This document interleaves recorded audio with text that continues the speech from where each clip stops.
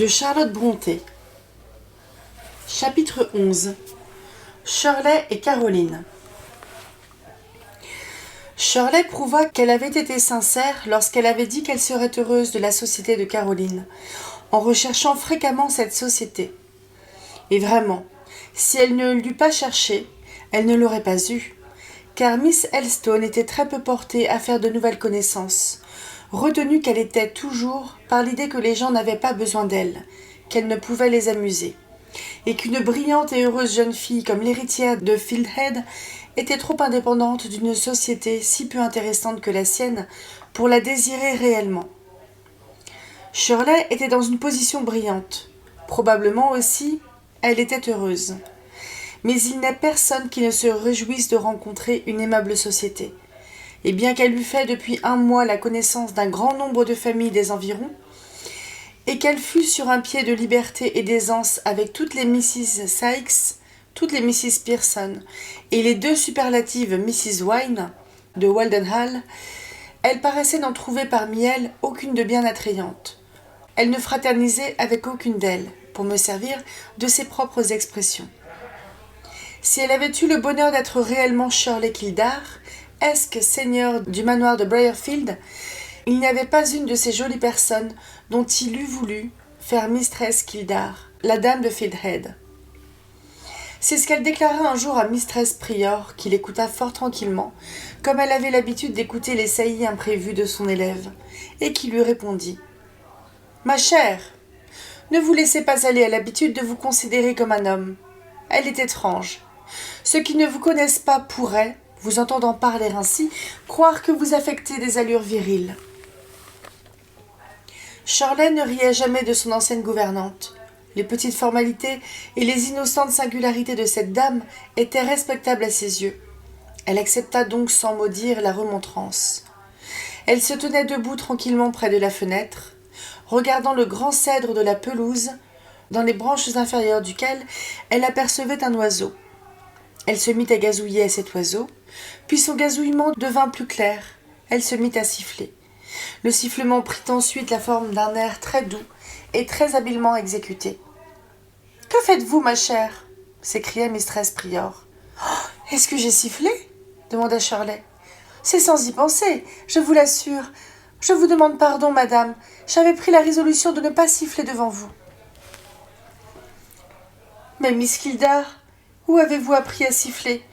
Vous avez dû contracter cette habitude depuis votre retour dans le Yorkshire. Je ne vous ai jamais entendu siffler auparavant. »« Oh, j'ai appris à siffler il y a très longtemps. » « Qui vous a enseigné cela ? » ?»« Personne. J'ai appris en écoutant, et je l'avais oublié. Mais tout récemment, hier soir, comme je traversais l'avenue, j'entendis un gentleman qui sifflait ce même air dans un champ, de l'autre côté de la haie, et cela me le remit en mémoire. »« Quel gentleman ? » ?»« Nous n'en avons qu'un ici, et c'est Monsieur Moore. Du moins c'est le seul qui n'ait pas les cheveux blancs. Mes 2 vénérables favoris, M. Elstone et M. York, sont toutefois de charmants vieux beaux, infiniment supérieurs à tous nos stupides jeunes fins. Mistress Prior gardait le silence. « Vous n'aimez pas M. Elstone, madame ? » ?»« Ma chère, le caractère de M. Elstone le protège contre la critique. »« Vous avez l'habitude de quitter le salon quand on l'annonce. Pourquoi ? » ?»« Sortirez-vous ce matin, ma chère ? » ?»« Oui, j'irai à la rectorerie chercher Caroline Elstone pour lui faire prendre un peu d'exercice. Je lui ferai faire une promenade du côté de Nunneley. »« Si vous allez dans cette direction, ma chère, ayez la bonté de recommander à Miss Elstone de bien se couvrir. Le vent est frais, et elle me semble réclamer beaucoup de soins. »« On vous obéira minutieusement, Mistress Prior. Est-ce que vous ne désireriez pas nous accompagner ? » ?»« Non, je vous serai un embarras. Je suis pesante et ne pourrais marcher aussi vite que vous le voudriez. »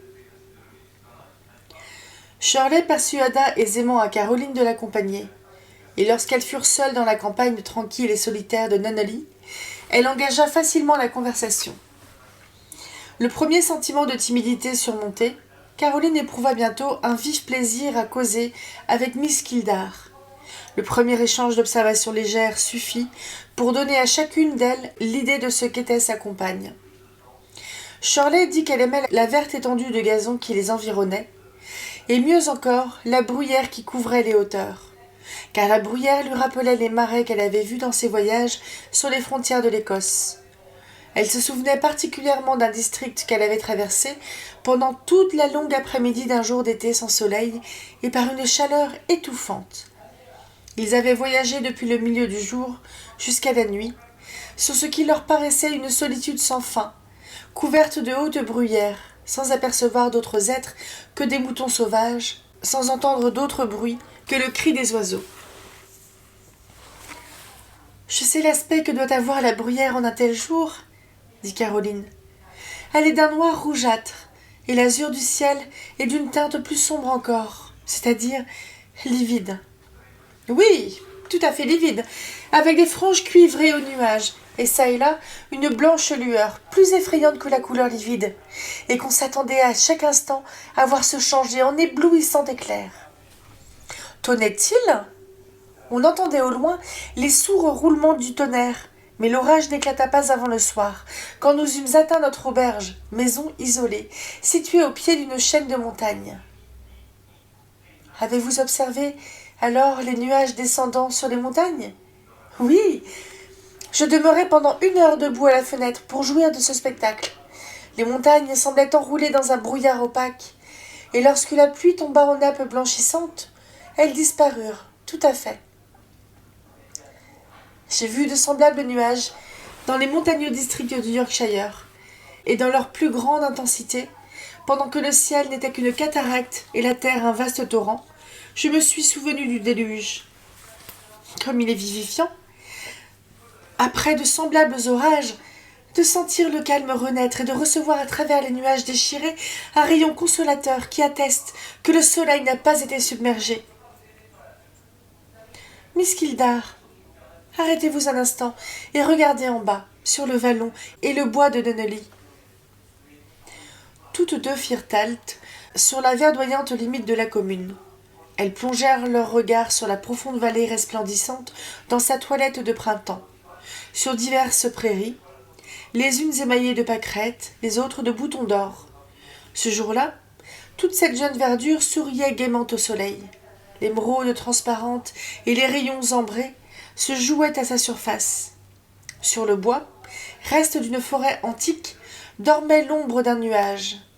Les montagnes lointaines étaient bigarrées de nuances diverses. L'horizon avait les teintes de la nacre. Des bleus d'argent, des pourpres tendres, des verts changeants et des roses sombres se fondant en des masses de nuages blancs, purs comme la neige azurée, charmaient l'œil, qui croyait découvrir les fondements du ciel. L'air qui se jouait sur le front des deux jeunes filles était frais, doux et réconfortant.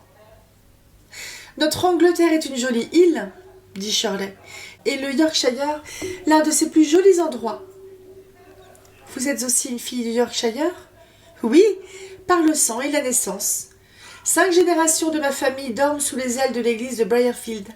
J'ai respiré mon premier souffle dans cette vieille et noire demeure qui est là, derrière nous. » Caroline lui tendit la main, qui fut vivement saisie et pressée.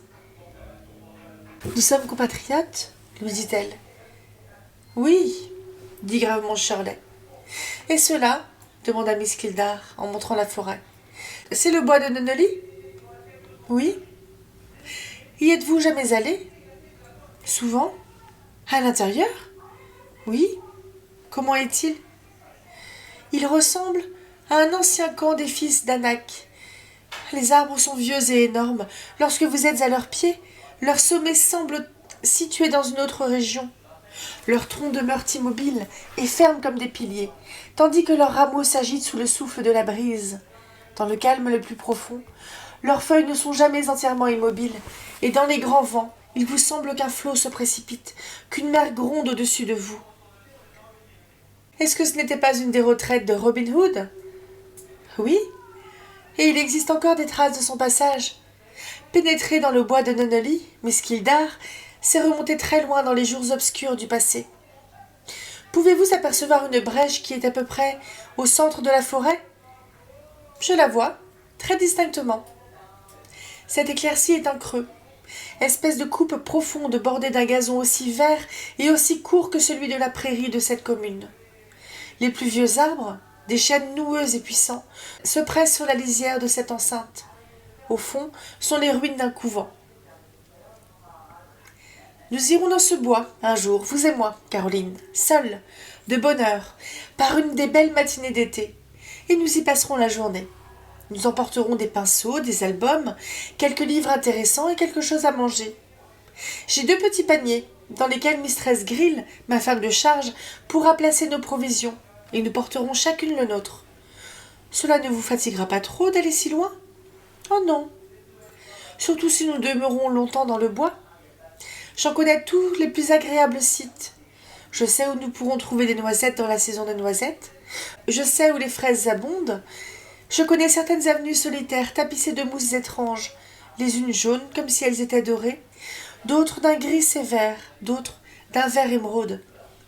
Je connais des groupes d'arbres qui ravissent l'œil par leur effet pittoresque, de rudes chênes, de délicats bouleaux, des hêtres à l'écorce luisante, groupés dans le plus étrange contraste. Des frênes, majestueux comme saules, vieux géants des forêts, isolés et enveloppés de brillants manteaux de lierre. Miss Kildare, je puis vous servir de guide.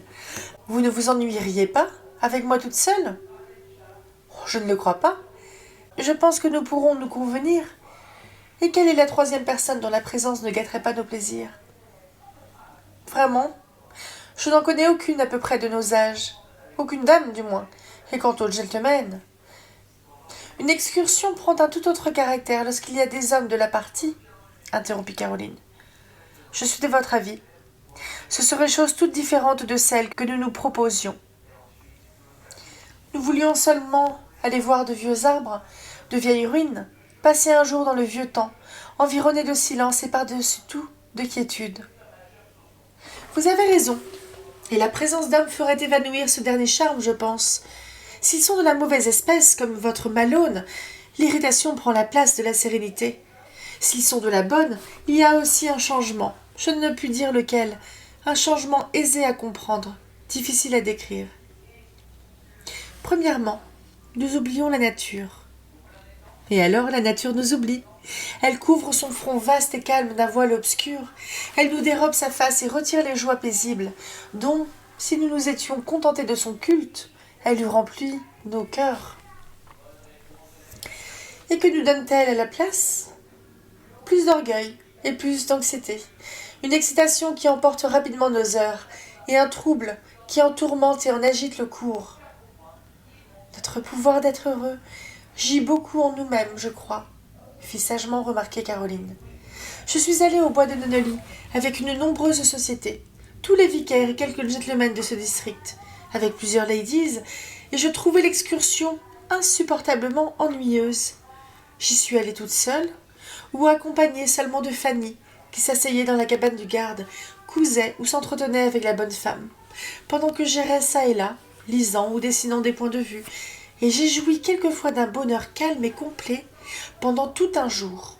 Mais alors j'étais jeune, il y a de cela 2 ans. Y êtes-vous jamais allé avec votre cousin, Robert Moore ? Oui, une fois. Quelle sorte de compagnon est-il en cette occasion ? Un cousin, vous savez, n'est pas comme un étranger. Je le sais. Mais les cousins, s'ils sont stupides, sont encore plus insupportables que les étrangers, parce que vous ne pouvez pas aussi facilement les tenir à distance. Mais votre cousin n'est pas stupide. Non, mais... Eh bien, si, comme vous le dites, la compagnie des imbéciles irrite, la société des hommes supérieurs laisse aussi une impression pénible et toute particulière. Lorsque la supériorité et le talent de votre ami est chose hors de doute et parfaitement établie, vous êtes toujours tenté de mettre en question votre droit à devenir sa compagne. Oh, je ne vous suivrai pas sur ce terrain. Cette inquiétude n'est pas de celle que je consentirais à entretenir un instant. Je ne me considère pas comme indigne d'être la compagne d'aucun homme, d'aucun gentleman, quoique ce soit beaucoup dire. Lorsqu'ils sont bons, ils sont très bons, je crois. Votre oncle n'est pas un mauvais spécimen du gentleman âgé. J'aime toujours à rencontrer sa brune et intelligente vieille figure, soit chez moi, soit ailleurs. L'aimez-vous ? Est-il bon pour vous ? Voyons, dites la vérité. Il m'a élevée. Il a fait pour moi ce qu'il aurait fait pour sa propre fille, si le ciel lui en eût accordé une. Je n'en doute pas. C'est de la bonté, et cependant, je suis loin de l'aimer passionnément. J'aime mieux être hors de sa présence qu'auprès de lui. C'est étrange. Lui qui a le talent de paraître toujours si aimable. Oui, en compagnie. Mais il est dur et silencieux à la maison. Comme il dépose sa canne et son large chapeau dans le vestibule de la rectorerie, de même aussi, il enferme son enjouement et sa gaieté dans le pupitre de son cabinet. Le front plissé, les brèves paroles pour le foyer domestique. Le sourire, la plaisanterie, les spirituels saillies pour la société. Est-ce qu'il est tyrannique? En aucune façon. Il n'est ni tyrannique, ni hypocrite. C'est simplement un homme qui est plutôt libéral qu'affable, plutôt brillant que gai, plutôt scrupuleusement équitable que vraiment juste. Si vous pouvez comprendre d'aussi subtiles distinctions. Oh oui. L'affabilité implique l'indulgence qu'il ne connaît pas. La douce gaieté accompagne un cœur chaud qu'il ne possède pas. Et la vraie justice engendre la sympathie, dont je soupçonne mon vieil ami d'être absolument destitué. Je ne sais, Shirley, si beaucoup d'hommes ressemblent à mon oncle dans les relations domestiques, s'il est nécessaire d'être nouveau et peu familier avec eux pour paraître agréable et estimable à leurs yeux. Si enfin, il leur est impossible de conserver une affection et un intérêt constant pour ceux qu'ils voient chaque jour. Je ne sais. Il m'est impossible d'éclaircir vos doutes. J'en ai moi-même quelquefois de semblables. Mais pour vous dire un secret, si j'étais convaincue que nécessairement et universellement les hommes diffèrent de nous, qu'ils sont inconstants, bientôt blasés et sans sympathie, je ne me marierais jamais. Il me serait trop pénible de découvrir que celui que j'aimerais ne m'aime pas, et que les efforts que je pourrais faire dans la suite pour lui plaire seraient plus qu'inutiles, parce qu'il serait inévitablement dans sa nature de changer et de devenir indifférent. Une fois cette découverte faite, quel parti me resterait-il à prendre? M'en aller, m'éloigner de quelqu'un à qui ma présence ne pourrait être qu'importune. Mais vous ne le pourriez pas, si vous étiez marié? Non, je ne le pourrais pas. Je ne pourrais plus redevenir ma propre maîtresse, pensée terrible qui me suffoque. Rien ne m'irrite comme l'idée d'être un fardeau ou un ennui inévitable, un ennui incessant. Maintenant, lorsque je trouve ma société à charge, je peux rouler mon indépendance autour de moi comme un manteau, laisser tomber mon orgueil comme un voile et me réfugier dans la solitude. Si j'étais mariée, je ne le pourrais plus. Je m'étonne que nous ne puissions toutes nous résoudre à demeurer célibataires, dit Caroline. Nous le ferions si nous écoutions les conseils de l'expérience. Mon oncle parle toujours du mariage comme d'un fardeau, et je crois que toutes les fois qu'il entend parler d'un homme qui se marie, il le regarde invariablement comme fou. En cela, du moins. Mais Caroline, les hommes ne sont assurément pas tous semblables à votre oncle, je l'espère. Elle s'arrêta et parut réfléchir. Je suppose que nous trouvons toutes une exception en faveur de celui que nous aimons, jusqu'à ce que nous soyons mariés, suggéra Caroline. Je le suppose aussi, et nous croyons cette exception parfaitement fondée. Nous le rêvons semblable à nous, nous croyons nos deux êtres en parfaite harmonie. Sa voix semble nous donner la plus douce et la plus sûre promesse que son cœur ne s'endurcira jamais contre nous. Nous lisons dans ses yeux ce fidèle sentiment, l'affection. Je ne pense pas que nous devions nous fier nullement à ce qu'il nomme la passion, Caroline. Je crois que ce n'est qu'un feu de paille, jetant un peu de flamme et s'évanouissant aussitôt. Nous le voyons bienveillant envers les animaux, les petits-enfants, les pauvres gens. Avec nous, il est affable, bon, discret. Il ne flatte pas les femmes, mais il est patient avec elles. Il n'est point gêné en leur présence et trouve du plaisir à leur société. Il les aime non pour de vaines et égoïstes raisons, mais comme nous l'aimons lui-même. Parce que nous l'aimons, nous remarquons qu'il est juste, qu'il dit toujours la vérité, qu'il est consciencieux. Nous éprouvons la joie et le calme lorsqu'il entre où nous sommes, la tristesse et le trouble lorsqu'il s'en va. Nous savons que cet homme a été un bon fils, qu'il est un frère dévoué. Qui osera me dire que cet homme ne sera pas un bon époux? Mon oncle, qui l'affirmerait sans hésiter. Il sera là de vous au bout d'un mois, dirait-il. Mistress Prior affirmerait sérieusement la même chose. Mistress York et Miss Mann en diraient autant. Si ce sont de vrais oracles, il est bon de ne jamais aimer. Très bon, si l'on peut l'éviter. Mais j'aime à douter de leur véracité. Je crains bien que ce ne soit là une preuve que votre cœur est pris. Nullement. Mais s'il l'était, savez-vous quels oracles je consulterais? Dites. Ni un homme, ni une femme, vieux ou jeune, mais le petit mendiant irlandais qui vient pieds nus à ma porte, la souris qui sort de la fente de la boiserie, l'oiseau qui, par la neige et la gelée, frappe de son bec à ma fenêtre pour avoir quelques miettes de pain, le chien qui lèche ma main et s'assied à côté de mon genou. Avez-vous jamais vu quelqu'un qui fût bienfaisant envers des êtres semblables? Et vous? Avez-vous jamais vu ces êtres suivre instinctivement quelqu'un, l'aimer, rechercher sa protection? Nous avons une chatte noire et un vieux chien à la rectorerie. Je connais quelqu'un sur les genoux de qui la chatte noire aime à grimper, contre l'épaule et la joue de qui elle aime à faire son rouet. Le vieux chien sort toujours de son chenil, agite sa queue et gémit affectueusement lorsque ce quelqu'un vient à passer. Et que fait ce quelqu'un? Il caresse doucement la chatte et la laisse autant qu'il le peut où elle s'est placée. Lorsqu'il est obligé de la déranger en se levant, il la pose doucement à terre et ne la jette jamais de loin de lui. Il siffle le chien, il lui donne même une caresse. Vraiment? Ce n'est pas Robert? C'est lui-même? Généreux garçon! Dit Shirley, avec enthousiasme et les yeux étincelants. N'est-ce pas qu'il est beau? N'est-ce pas qu'il a de beaux yeux, des traits bien sculptés, un front pur et princier? Il a tout cela, Caroline. Il est à la fois gracieux et bon. J'étais sûre que vous le jugeriez ainsi. La première fois que je regardais votre visage, je fus assurée de cela. J'étais bien disposée pour lui avant de le connaître. Lorsque je le vis, il me plut. Je l'admire maintenant. Il y a dans la beauté un grand charme, Caroline. Lorsque la beauté est unie à la bonté, ce charme devient tout-puissant. Et quand il a de plus l'intelligence, Shirley? Qui pourrait lui résister? Souvenez-vous de mon oncle, de mesdames Prior et York, et de Miss Mann. Et vous? Souvenez-vous du coassement des grenouilles d'Égypte. C'est une noble créature. Je vous dis que lorsqu'ils sont bons, on peut à bon droit les appeler les chefs-d'œuvre de la création, les fils de Dieu, faits à l'image du Créateur. La plus mince parcelle de son essence les élève presque au-dessus de l'humanité.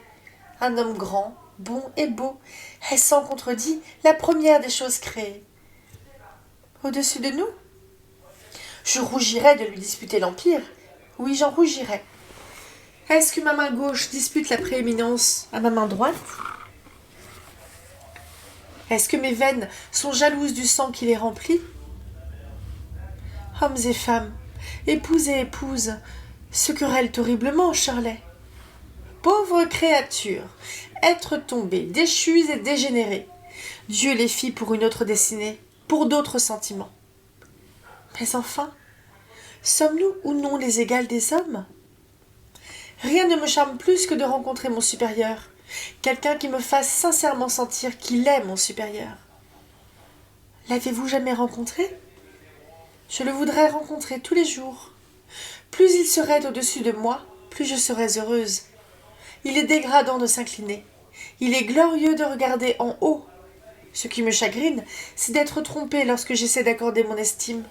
Et si je me prosterne religieusement, de ne trouver que de faux dieux à adorer. Je dédaigne de me faire païenne. Miss Gildar, voulez-vous entrer? Nous voici à la porte de la rectorerie. Non, pas aujourd'hui. Mais demain, j'irai vous chercher pour passer la soirée avec moi. Caroline Elstone, si vous êtes ce que maintenant vous paraissez être, nous nous conviendrons. Je n'ai jamais pu parler à une jeune lady comme je vous ai parlé aujourd'hui. Embrassez-moi, et au revoir. Mistress Prior semblait aussi disposée que Shirley à cultiver la connaissance de Caroline. Elle, qui n'allait nulle part, se rendit quelques jours après à la rectorerie. Elle choisit l'après-midi, moment où le recteur était parti. Il faisait très chaud. Cette circonstance, jointe à l'embarras qu'elle éprouvait en entrant dans une maison étrangère, car elle avait l'habitude de vivre fort retirée, avait coloré son visage, et elle semblait fortement agitée. Lorsque Caroline alla à elle dans la salle à manger, elle la trouva assise sur le sofa, tremblante, se donnant de l'air en agitant son mouchoir et paraissant lutter contre une agitation nerveuse qui menaçait de se changer en accès hystérique. Caroline s'étonnait de voir une femme, une personne de cet âge, si peu maîtresse d'elle-même. Elle ne pouvait comprendre un tel manque de force chez une lady en apparence si robuste, car mistress Prior se hâta d'alléguer la fatigue de la marche, la chaleur, comme les raisons de son indisposition accidentelle. Pendant qu'avec plus de précipitation que de cohérence, elle énumérait à plusieurs reprises les causes de son épuisement, Caroline s'efforçait doucement de la soulager en lui enlevant son châle et son chapeau. Mistress Prior n'eut pas accepté de semblables attentions de tout le monde. En général, elle reculait devant le contact ou l'approche d'une main étrangère avec un mélange d'embarras et de froideur peu flatteur pour ceux qui lui offraient leur aide. Pour la petite main de Miss Elstone, elle se montra plus traitable. Elle cessa de trembler et se calma en quelques minutes. Une fois dans son assiette ordinaire, elle se mit à causer de sujets familiers. Dans une compagnie mêlée, mistress Prior ouvrait rarement la bouche, ou si elle était obligée de parler, elle le faisait sous l'impression d'un sentiment de gêne et s'exprimait mal. Elle excellait dans le dialogue. Son langage, toujours un peu formaliste, était choisi. Ses idées étaient justes, ses connaissances variées et précises. Caroline éprouva du plaisir à l'écouter, beaucoup plus qu'elle n'eût pu s'y attendre. Sur le mur opposé au sofa où elles étaient assises se trouvaient 3 portraits. Celui du centre, au-dessus de la cheminée, était un portrait de femme. Les 2 autres étaient des portraits d'hommes. « Voilà une belle tête !» dit mistress Prior, interrompant une légère pause qui avait suivi une demi-heure de conversation animée. « Les traits sont parfaits. Nul ciseau de sculpteur ne pourrait ajouter à leur beauté. C'est un portrait d'après nature, je présume. » C'est le portrait de mistress Elstone. De mistress Metewson Elstone, de la femme de votre oncle? Oui, et on le dit d'une parfaite ressemblance. Avant son mariage, elle était citée comme la beauté du district. Et à juste titre. Quelle pureté de ligne! C'est cependant un visage passif. L'original n'a pas dû être ce qu'on appelle généralement une femme d'esprit. Je crois que c'était une personne remarquablement calme et silencieuse. On a peine à croire, ma chère, que le choix de votre oncle ait pu tomber sur une compagne de ce caractère. Est-ce qu'il n'aime pas à être amusé par un vif babillage? En compagnie? Oui. Mais il dit toujours qu'il ne pourrait supporter une femme loquace. Il lui faut le calme à la maison. On sort pour bavarder, affirme-t-il. On rentre à la maison pour lire et réfléchir. Je crois avoir entendu dire que mistress Matthewson ne vécut que peu d'années après son mariage. Environ 5 ans. Eh bien, ma chère, poursuivit mistress Prior en se levant pour partir. Il est bien entendu que vous viendrez souvent à Fieldhead. J'espère que vous n'y manquerez pas. Vous devez vous trouver bien isolée ici, sans autre femme que vous dans cette maison. Vous devez nécessairement passer une grande partie de votre vie dans la solitude. J'y suis habituée. J'ai grandi ainsi. Puis-je vous aider à ranger votre châle? Mistress Prior accepta l'assistance qui lui était offerte. Si vous avez besoin d'aide dans vos études, dit-elle, je suis à vos ordres. Caroline exprima vivement sa gratitude. J'espère avoir de fréquentes conversations avec vous. Je désirerais pouvoir vous être utile. De nouveau, mistress Elstone exprima ses remerciements. Elle comprenait quel cœur sympathique était caché sous l'apparence froide et réservée de sa visiteuse. Observant que mistress Prior jetait de nouveau en sortant un regard d'intérêt sur les portraits, Caroline lui dit « Le portrait le plus près de la fenêtre est, comme vous voyez, celui de mon oncle, mais plus jeune, de 20 ans. Celui qui est à gauche de la cheminée est son frère James, mon père. » Il y a entre eux un air de ressemblance, dit Mistress Prior. Cependant, une différence de caractère se remarque dans le modelé du front et de la bouche. Quelle différence demanda Caroline en l'accompagnant jusqu'à la porte. James Elstone, c'est-à-dire mon père, est généralement considéré comme le mieux des deux. J'ai remarqué que les étrangers s'écrient toujours « Quelle charmante figure ! Trouvez-vous beau ce portrait, Mistress Prior ?» Les traits en sont beaucoup plus doux et plus fins que ceux de votre oncle. Mais où est la différence de caractère dont vous parliez ?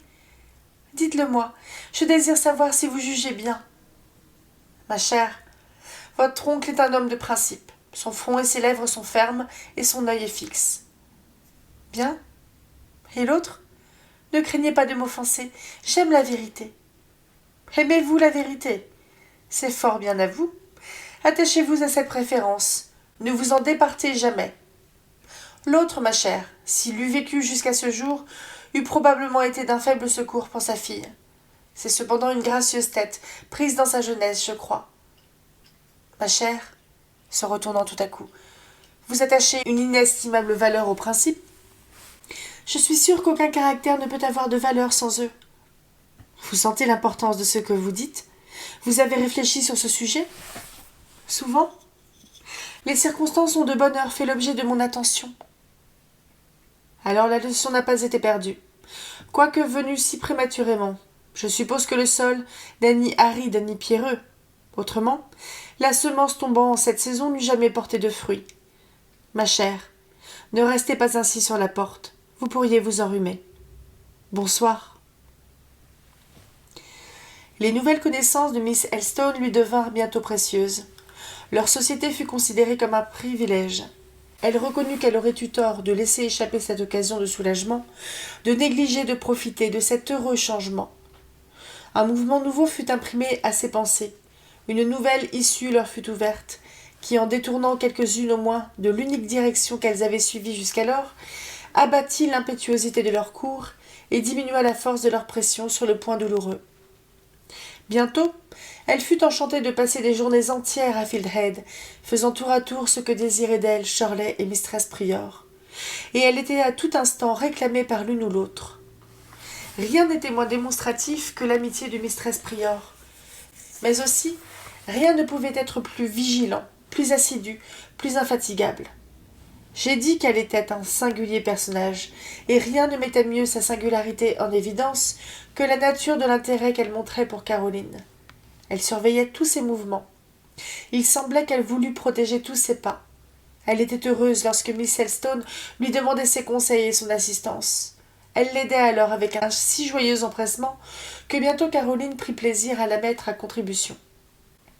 La complète docilité de Shirley Kildare envers Mistress Prior avait tout d'abord surpris Miss Elstone, non moins que de voir l'ex-gouvernante, ordinairement si réservée, si parfaitement à l'aise dans la résidence de sa jeune élève, où elle remplissait avec une calme indépendance un poste fort dépendant. Mais elle remarqua bien vite qu'il suffisait de connaître les deux dames pour avoir le mot de l'énigme. Il lui semblait qu'il lui était impossible de connaître Mistress Prior sans l'aimer et l'apprécier. Peu importait qu'elle fût constamment vêtue à l'ancienne mode, que son langage fût formaliste et ses manières froides, qu'elle eût 20 petites singularités qui n'appartenaient qu'à elle. Elle était, à sa manière, un guide si sûr, un conseiller si fidèle, si dévoué et si bienveillant que dans l'idée de Caroline, nulle personne, habituée à sa présence, n'eût pu aisément s'en passer. Quant à la dépendance et à l'abjection, si Caroline n'en éprouvait point dans ses relations avec Shirley, pourquoi Mistress Prior en eût-elle ressenti ? L'héritière était riche, très riche, comparée à sa nouvelle amie. L'une possédait un clair revenu de 1000 livres sterling par an, l'autre n'avait pas un penny. Et cependant, on éprouvait en sa société un sentiment d'égalité inconnu dans celle de la noblesse ordinaire de Briarfield et de Winbury. La raison de cela, c'est que la tête de Shirley était occupée d'autre chose que d'argent et de position. Elle était contente d'être indépendante par sa fortune. Par moments, elle éprouvait un certain orgueil à penser qu'elle était la dame du manoir et avait des fermiers et un domaine. Elle se rappelait avec une certaine complaisance que tout ce domaine de Hollow, comprenant un excellent moulin à fouler le drap, une teinturerie, des magasins avec la maison, le jardin et les bâtiments extérieurs, appelés le cottage de Hollow, lui appartenaient. Mais sa satisfaction, n'étant nullement déguisée, était singulièrement offensive. Pour ses pensées sérieuses, elle suivait un autre courant, admirer ce qui était grand, révérer ce qui est bon, se montrer joyeuse avec la joie. Tel était le penchant naturel de l'âme de Shirley. Et il lui arrivait plus souvent de songer aux moyens de suivre ce penchant que de méditer sur sa supériorité sociale. Miss Kildare avait d'abord éprouvé de l'intérêt pour Caroline, parce qu'elle était calme, retirée, qu'elle paraissait d'une santé délicate et qu'elle semblait avoir besoin que quelqu'un prît soin d'elle. Sa prédilection s'accrut encore lorsqu'elle découvrit que sa propre manière de penser était comprise et appréciée de la jeune fille. Elle était loin de s'attendre à cela. Elle s'imaginait que Miss Elstone avait un trop joli visage, des manières et une voix trop douces pour sortir de la ligne ordinaire sous le rapport de l'intelligence et de la capacité. Et elle fut très étonnée de voir ses traits charmants s'illuminer à la vivacité d'une ou deux saillies risquées par elle, et plus étonnée encore de découvrir le trésor de connaissances et d'idées qui travaillait dans cette tête enfantine et voilée de si jolies boucles. Caroline avait instinctivement aussi les mêmes goûts qu'elle. Les livres que Miss Kildare avait lus avec le plus de plaisir étaient ceux qui plaisaient à Miss Elstone. Beaucoup d'aversions aussi leur étaient communes, et elle s'accordait merveilleusement pour rire des prétentions pompeuses et du faux sentimentalisme. Shirley savait combien peu d'hommes et de femmes ont le goût sûr en poésie, c'est-à-dire la faculté de distinguer ce qui est vrai de ce qui est faux. Plusieurs fois, elle avait entendu des gens fort remarquables donner comme admirable tel passage de tel versificateur, qu'à la lecture son âme avait refusé de reconnaître pour autre chose que de l'emphase et du clinquant, ou tout au plus un langage vide, soigneusement élaboré, curieux, remarquable, savant peut-être, coloré quelquefois des teintes brillantes de la fantaisie, mais différent autant de la vraie poésie que le pompeux et massif vase de mosaïque diffère de la petite coupe de pur métal, ou que la guirlande de fleurs artificielles diffère du lys des champs. Shirley trouva que Caroline savait distinguer le pur métal des scories brillantes et sans valeur. Les intelligences de ces deux jeunes filles, étant ainsi accordées au même diapason d'harmonie, sonnaient souvent ensemble le plus doux et le plus suave carillon. Un soir, il leur arriva de se trouver seules dans le parloir. Elles avaient passé sans ennui un long jour de pluie. La nuit approchait. Les lumières n'avaient point encore été apportées. Toutes deux, à mesure que le crépuscule devenait plus obscur, devinrent méditatives et silencieuses. Un vent d'ouest soufflait violemment autour du manoir, chassant devant lui les nuages et la pluie torrentielle qui venaient du lointain océan. Tout était tempête au dehors. Tout était paisible et calme au dedans. Shirley était assise auprès de la fenêtre, regardant la tempête au ciel, le brouillard sur la terre, écoutant certaines notes du vent qui pleuraient comme des esprits tourmentés, notes qui, si elle n'eût pas été si jeune, si gaie, si vigoureuse, eussent agité ses nerfs comme quelque funeste présage ou quelque chant funèbre anticipé. Dans le printemps de l'existence et la fleur de la beauté, cela ne put que changer sa vivacité en mélancolie. Des fragments de douces ballades résonnaient à son oreille. Elle en chanta une ou deux stances. Ses accents obéissaient à l'impulsion agitée du vent. Caroline, retirée dans l'endroit le plus éloigné et le plus obscur du parloir, la figure éclairée seulement par le reflet du feu sans flamme, se promenait de long en large, en se murmurant à elle-même des fragments de poésie gravés dans sa mémoire. Elle parlait très bas, mais Shirley l'entendit, et tout en chantant doucement, elle écouta. Voici le passage. La plus profonde nuit obscurcissait les cieux. De l'océan les flots rugissaient furieux, quand un être, au malheur comme moi destiné, sans amis, sans espoir, de tous abandonné, de son bord arraché soudain par la tourmente, dit adieu pour jamais à sa maison flottante. Le fragment s'arrêta là, sans doute parce que le chant de Shirley, auparavant sonore et vibrant, était devenu très faible. « Poursuivez » dit-elle. « Alors, continuez vous aussi. Je répétais seulement le naufragé. »« Je sais, Si vous pouvez vous le rappeler, dites-le tout entier. Et comme il faisait entièrement nuit, et qu'après tout, Miss Kildare n'était pas un très formidable auditeur, Caroline dit le poème tout entier, et avec un tel sentiment qu'on eût cru voir la mer furieuse, le vaisseau emporté malgré lui par la tempête, et entendre le cri de détresse du marin qui se noie. Mais ce qu'elle réalisa le mieux, ce fut l'angoisse du poète, qui ne pleurait pas pour le naufragé, mais qui, dans une heure de désespoir, avait tracé l'image de sa propre détresse dans le sort du marin abandonné, et s'était écrié des profondeurs où il se débattait. Et la divine voix n'apaisa point l'orage, nulle étoile propice au ciel ne se montra, quand seuls et délaissés nous perdîmes courage, et que chacun de nous dans le gouffre sombra.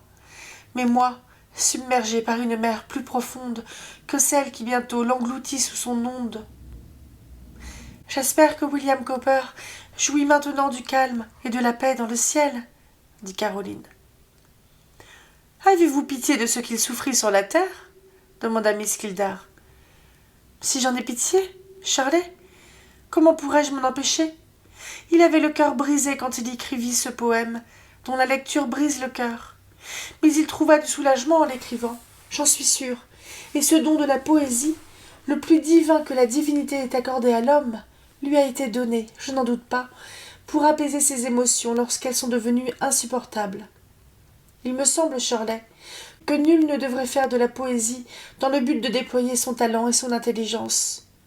Qui se soucie de ce genre de poésie? Qui se soucie du savoir, des mots choisis en poésie? Au contraire, qui ne recherche pas le sentiment réel, quoique simplement et même rudement exprimé? Il paraît que vous le recherchez, vous, dans tous les cas, et assurément, en entendant ce poème, on découvre que Cowper agissait sous l'influence d'une émotion aussi forte que le vent qui balayait le navire, une émotion qui, ne lui permettant pas de s'arrêter pour ajouter aucun ornement à une seule stance de son poème, lui donna la force de l'écrire tout entier, avec une perfection consommée. Vous l'avez récité d'une voix ferme, Caroline. J'en suis étonnée. La main de Cowper ne trembla point en traçant ces vers. Pourquoi ma voix tremblerait-elle en les répétant? Soyez-en sûre, Shirley. Aucune larme ne mouilla le manuscrit du naufragé. Je n'y entends pas les sanglots de la douleur, mais seulement le cri du désespoir. Et ce cri poussé, je crois que le spasme mortel lâcha son cœur, qu'il pleura abondamment et fut consolé. Shirley reprit sa ballade, mais bientôt, s'arrêtant tout à coup, elle dit « On aurait aimé Cowper, n'eût été que pour le plaisir d'avoir le privilège de le consoler. »« Vous n'auriez jamais aimé Cowper ?» reprit promptement Caroline. « Cowper n'était pas fait pour être aimé par une femme. »« Que voulez-vous dire ?»« Ce que je dis. Je sais qu'il est de certaines natures en ce monde, et des plus nobles et des plus élevées, dont l'amour n'approche jamais. Vous auriez pu rechercher Cowper avec l'intention de l'aimer. Vous l'auriez vu, vous l'auriez plaint, et vous l'auriez quitté, entraîné loin de lui par le sentiment de l'impossible, de l'inconcevable, comme les matelots du vaisseau furent entraînés par la furieuse tempête, loin de leurs malheureux camarades qui se noyaient. Vous avez peut-être raison. Qui vous a dit cela? Et ce que je dis de Cowper, je le dirais de Rousseau. Rousseau fut-il jamais aimé? Il aima passionnément, mais fut-il jamais payé de retour? Jamais, j'en suis certaine. Et s'il y avait des Cowper et des Rousseau dans notre sexe, je pourrais affirmer d'elle la même chose. Qui vous a dit cela? Je vous le demande. Est-ce Moore? Et pourquoi quelqu'un me l'aurait-il dit? Est-ce que je n'ai pas mon instinct? Ne puis-je pas deviner par analogie? Jamais Moore ne m'a parlé de Cowper, de Rousseau, ni de l'amour. La voix que nous entendons dans la solitude m'a appris tout ce que je sais sur ce sujet. Aimez-vous les caractères comme Rousseau, Caroline? Nullement. Comme ensemble, je sympathise vivement avec quelques-unes de leurs qualités. Certaines étincelles divines de leur génie éblouissent mes yeux et enflamment mon âme. Malgré cela, je les méprise. Ils sont faits d'argile et d'or. La scorie et le métal forment une masse de faiblesse. Pour dire toute ma pensée, ce sont des caractères contre nature, malade et répulsif. J'ose dire que je serais plus tolérante que vous envers un Rousseau, Carrie. D'une nature soumise et contemplative vous-même, vous aimez cependant les hommes positifs et pratiques. Aussi, vous devez regretter beaucoup votre cousin Moore, maintenant que vous et lui ne vous rencontrez jamais. Je le regrette, en effet. Et lui doit vous regretter aussi? Oh, assurément non. Je ne puis imaginer, poursuivit Shirley, qui avait pris l'habitude d'introduire le nom de Moore dans la conversation, même lorsqu'il semblait n'y avoir rien à faire. Je ne puis croire qu'il n'ait pas eu pour vous un profond attachement, puisqu'il faisait tant attention à vous, vous parlait et vous instruisait si bien. Jamais il n'eut pour moi un attachement profond. Jamais il ne me l'a fait voir. Il s'attachait au contraire à me prouver qu'il me tolérait seulement. Caroline, décidée à ne pas se laisser entraîner du côté flatteur en appréciant l'attachement que son cousin avait pour elle, s'était habituée à y penser et à le mentionner avec la plus grande réserve. Elle avait ses raisons pour être moins confiante que jamais dans l'avenir, moins indulgente aux agréables souvenirs du passé. « Alors, dit Miss Gildar, en retour, vous le tolériez seulement aussi ? Charlet, les hommes et les femmes sont si différents. Ils sont dans une si différente position. Les femmes ont si peu de choses qui les occupent, les hommes en ont tant. Vous pouvez éprouver de l'amitié pour un homme, tandis que vous lui êtes à peu près indifférente. Une grande partie de ce qui réjouit votre vie peut dépendre de lui, sans qu'aucun de ses sentiments, aucune de ses pensées se rapporte à vous. Robert avait l'habitude de se rendre à Londres, quelquefois pour une semaine ou deux. Eh bien, lorsqu'il était parti, son absence me semblait un vide. Il me manquait quelque chose. Waterfield était plus triste. J'avais mes occupations habituelles, cependant, lui me manquait. Lorsque le soir je me trouvai seule, j'éprouvai une conviction étrange et que je ne puis décrire, à savoir que, si un magicien ou un génie m'eût en ce moment offert la lunette du prince Ali, vous savez, dans les 1001 nuits, à l'aide de laquelle j'eusse pu voir Robert, savoir où il était, ce qu'il faisait, j'aurais appris de la manière la plus frappante la profondeur de l'abîme situé entre lui et moi. Je savais que, quoique mes pensées puissent s'attacher à lui, les siennes étaient bien réellement détachées de moi. « Caroline, demanda brusquement Miss Gildar, ne désirez-vous pas avoir une profession, un état ? Je le désire, 50 fois par jour. Je désire que quelque chose d'absorbant et de forcé remplisse ma tête et occupe mes mains et mes pensées. Est-ce que le travail seul peut rendre heureux un être humain ? Non. Mais il peut varier nos peines et empêcher nos cœurs de se briser sous l'étreinte d'une violente et tyrannique torture. En outre, tout travail qui réussit a sa récompense. Une existence vide, triste et sans espérance n'en a aucune.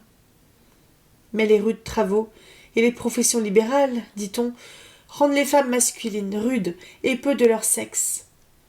Et qu'importe que de femmes non mariées et qui ne doivent jamais l'être, soient ou non privées d'attrait et d'élégance. Pourvu qu'elles soient décentes, convenables, propres, c'est tout ce qu'il faut.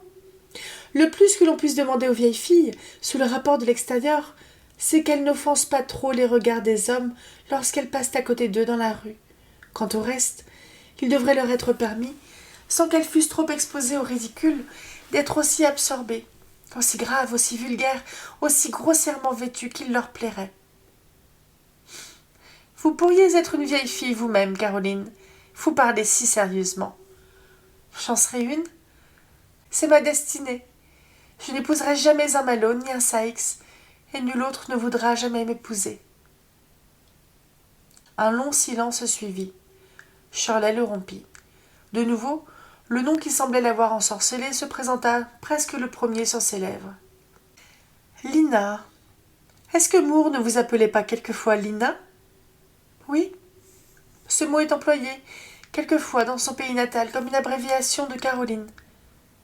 Eh bien, Lina, vous rappelez-vous la remarque que je fis un jour sur l'inégalité de votre chevelure, une boucle manquant de ce côté droit, et la réponse que vous me fîtes, que c'était la faute de Robert, qui en avait une fois coupé une longue mèche ?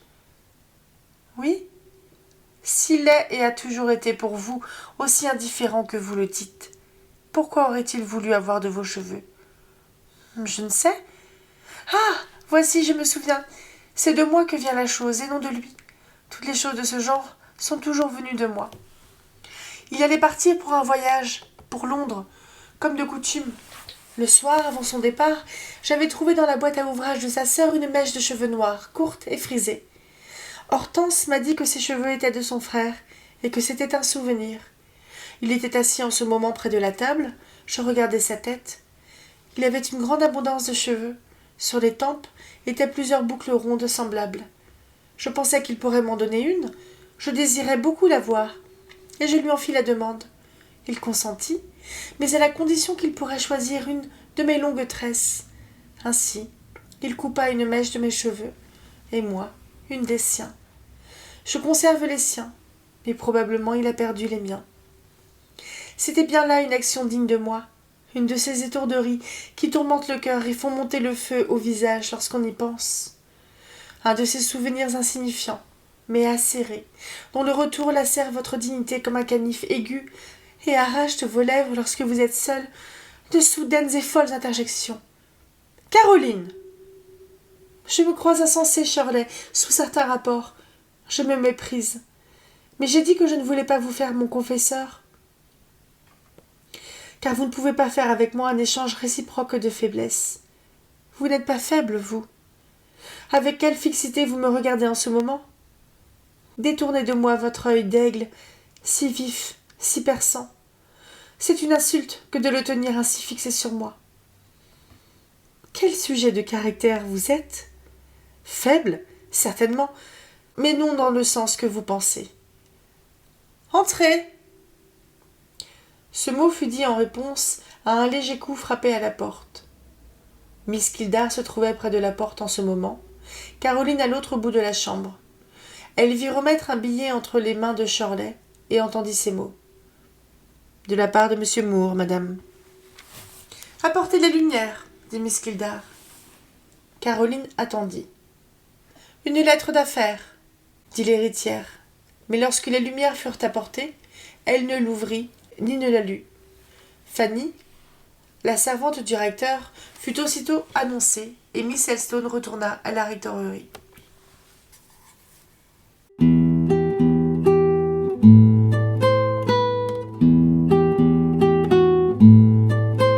Bonjour et bienvenue dans ce nouveau vlog lecture de Shirley de Charlotte Brontë. On a juste lu le 11e chapitre parce que comme j'avais dû vous le dire dans le précédent vlog lecture, le chapitre 11 et le chapitre 12, c'était à peu près une trentaine de pages.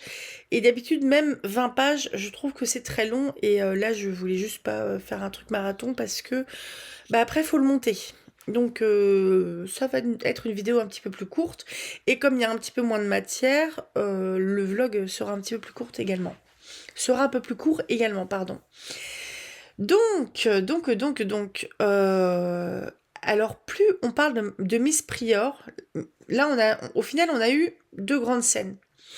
C'était la grande discussion entre Miss Prior et Caroline. Donc Miss Prior, la gouvernante, vieille fille a priori de Miss Kildare, de Mistress Kildare. Et donc une femme, j'ai l'impression dans la description que c'est une femme qui a une quarantaine d'années. Et par contre, plus ça va, et plus je trouve qu'il y a d'énormes indices comme quoi Miss Prior, elle est intéressée par Mr. Elstone, donc l'oncle de Caroline. Et j'ai trouvé ça assez intéressant. Bon, c'est quand même vachement verbeux, hein, ma foi. Parce que autant des fois, ça papote un peu du beau temps et compagnie, mais là, j'ai l'impression que Charlotte Brontë se fait un petit peu plaisir en étalant sa science littéraire. Bon, elle aurait tort de ne pas le faire, hein. Je pense que c'est une femme qui était très lettrée, et il me semble qu'elle a été gouvernante, Charlotte Brontë. Faudrait que je fasse une vidéo, je pense, sur les sœurs Brontë, où je vous inviterai sinon à regarder les vidéos qu'a fait Délivrez-nous, qui a consacré ses vidéos du mois d'octobre aux sœurs Brontë. Et bref, je trouve que c'est assez intéressant.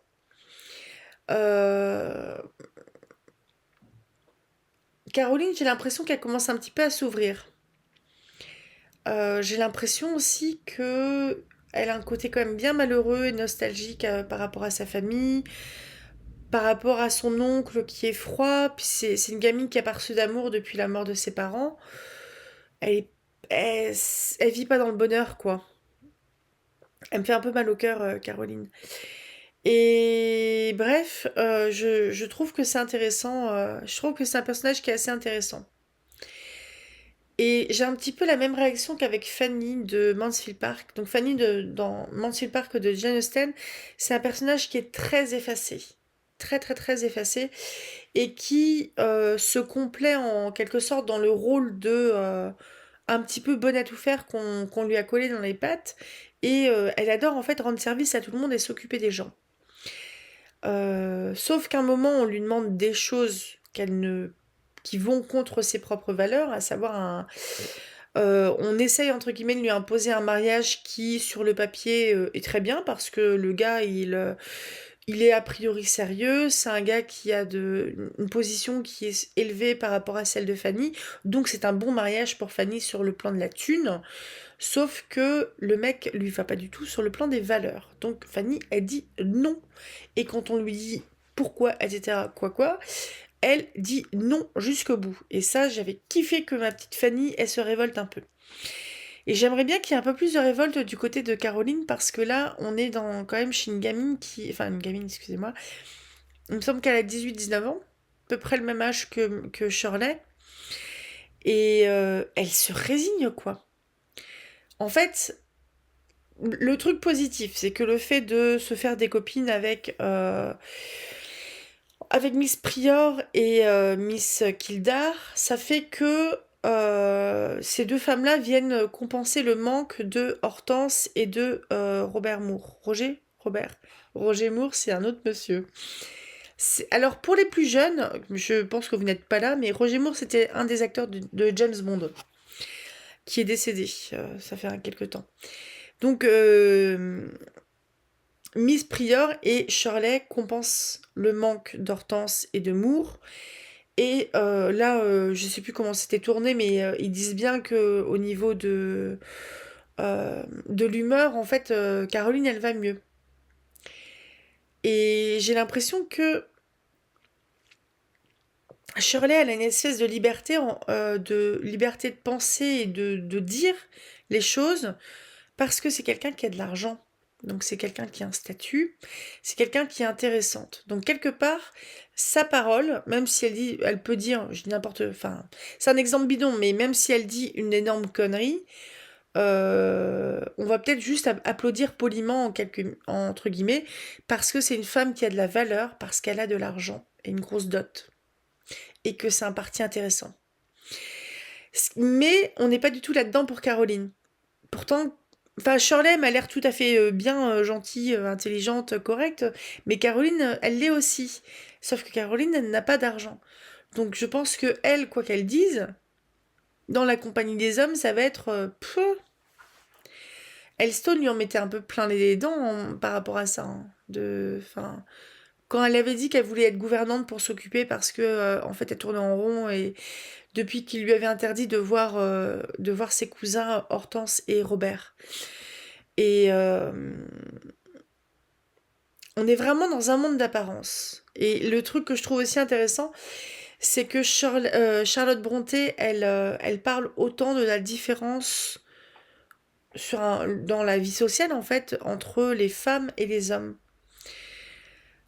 Mais là, en gros, c'est vraiment inclus. Euh, elles ont en quelque sorte intégré le fait que l'homme leur est supérieur et que elles sont inférieures. Enfin, c'était plus le discours de Caroline, c'était moins le discours de Shirley. J'avais l'impression. Et du coup, je suis hyper frustrée là parce que on finit le chapitre sur une lettre de Moore, une lettre de Robert, mais adressée à Shirley. Je pense qu'il va y avoir du drama dans le chapitre 12. Parce que si lui, il invite... Alors, qu'est-ce que ça peut être cette lettre? Bah, je crois me souvenir que dans des chapitres précédents, alors je précise que moi, Shirley, j'ai commencé à le lire, je pense, bien en avance, je crois en octobre. Ce qui fait qu'il y a eu des périodes, il y a eu quelques semaines des fois où je ne lisais pas entre les chapitres, où je faisais pas de montage non plus, ce qui fait que il y a des trucs que j'ai oubliés. Mais il me semble que Moore, donc Moore, il est vraiment dans la merde par rapport à ces métiers à tisser qui ont été détruits, l'ambiance un peu pourrie qu'il y a à la fabrique et compagnie, qu'il est en train d'essayer d'imposer en fait à ses anciens ouvriers le fait que oui, bah, il en rachètera des métiers à tisser. Mais après, comme je disais, je pense qu'il est pas dans une position où il peut dire non plus à ses ouvriers, bah, je vous ai viré parce que j'ai pas de thunes et j'ai acheté des métiers à tisser parce que ça coûte moins cher que des salariés. Mais bref, Moore, il est dans la mouise et il a besoin d'une rentrée d'argent, donc je pense qu'il avait plus ou moins émis l'opinion, enfin l'intérêt envers Shirley, parce que Shirley était annoncée comme étant une héritière et compagnie, et qu'elle arrivait dans le coin. Et il me semble que quand il l'a appris, il avait dit, en fait, ce qu'il faut que je fasse, c'est épouser une femme qui a une dot importante, une femme qui est riche, pour sauver mon entreprise et l'héritage familial quelque part. Et Shirley pourrait lui apporter ça que Caroline ne pourrait pas lui apporter. Ce sont les mariages de raison, ma foi. C'est peut-être pas la joie, mais c'était les mariages de raison comme ça se faisait à l'époque. Je pense que ça se fait moins de nos jours. Mais donc, la lettre, ça peut être une invitation de Moore à boire un coup, à un dîner, un thé, quelque chose comme ça, pour qu'ils discutent et qu'ils fassent connaissance. Est-ce que il peut pas avoir appris que Shirley fréquente Caroline et que lui, il a envie d'avoir des nouvelles de sa cousine? Ça peut être ça. Si c'est ça, moi j'ai l'impression que Shirley, elle est un petit peu intriguée par Moore. Je dirais pas amoureuse ou béguin, pas encore, mais elle est un peu intriguée par Moore et j'ai l'impression que Moore, c'est un peu le seul célibataire potable et jeune du coin. Ce qui fait qu'il va être demandé. Mais par contre, Caroline, elle est décrite comme jolie. Shirley, je me souviens plus trop, je crois qu'elle est jolie aussi. Enfin, au moins, elle a les moyens de se mettre en avant, enfin, de se mettre en valeur. Donc voilà, je vais m'arrêter là parce que je vais pas savoir quoi dire de plus. On va arriver à peu près, je pense, à la première moitié. On est à 64%, donc presque 2 tiers de la première partie. Et la première partie est un petit peu plus grande, à 20 pages près que la seconde. Donc on est... je vous laisse faire le calcul, là c'est trop compliqué. On est à 2 tiers d'une grosse moitié, en gros. Mercredi prochain, normalement, comme on est sur une nouvelle année, je vais pas vous faire un top de lecture parce que je suis un peu infichue de faire un top avec le meilleur au-dessus et le moins bon en bas. Je vais plutôt vous parler des lectures qui ont été marquantes pour moi dans l'année 2025. En essayant de pas trop traîner sur certaines choses. Et après, je verrai. Je sais pas exactement ce que je fais ensuite. On verra. Je vous souhaite un très bon dimanche. À mercredi pour la prochaine vidéo. Qui parle de mes lectures. Samedi, peut-être, je suis pas sûre, peut-être que je vais partir sur des nouvelles ou sur des contes. Là, je suis en train de me motiver. J'aimerais bien à la fois aussi continuer à profiter de ce temps qui est un peu ralenti parce que vous savez, les fêtes, ça prend toujours un peu de temps parce il y a les courses à faire, les gens à visiter, tout ça. Là, je tourne, on est samedi 3 janvier minuit. J'ai toujours pas récupéré de mon sommeil du 31 décembre au 1er janvier. Je vieillis. Je peux plus me coucher très tard. Ça devient dur. Donc voilà. Donc peut-être un conte samedi, vous verrez, vous aurez la surprise. Très bon dimanche à vous, à tout bientôt. Rêvez tout grand, lisez tout plein et dites-moi ce que vous avez pensé de ce chapitre. Salut!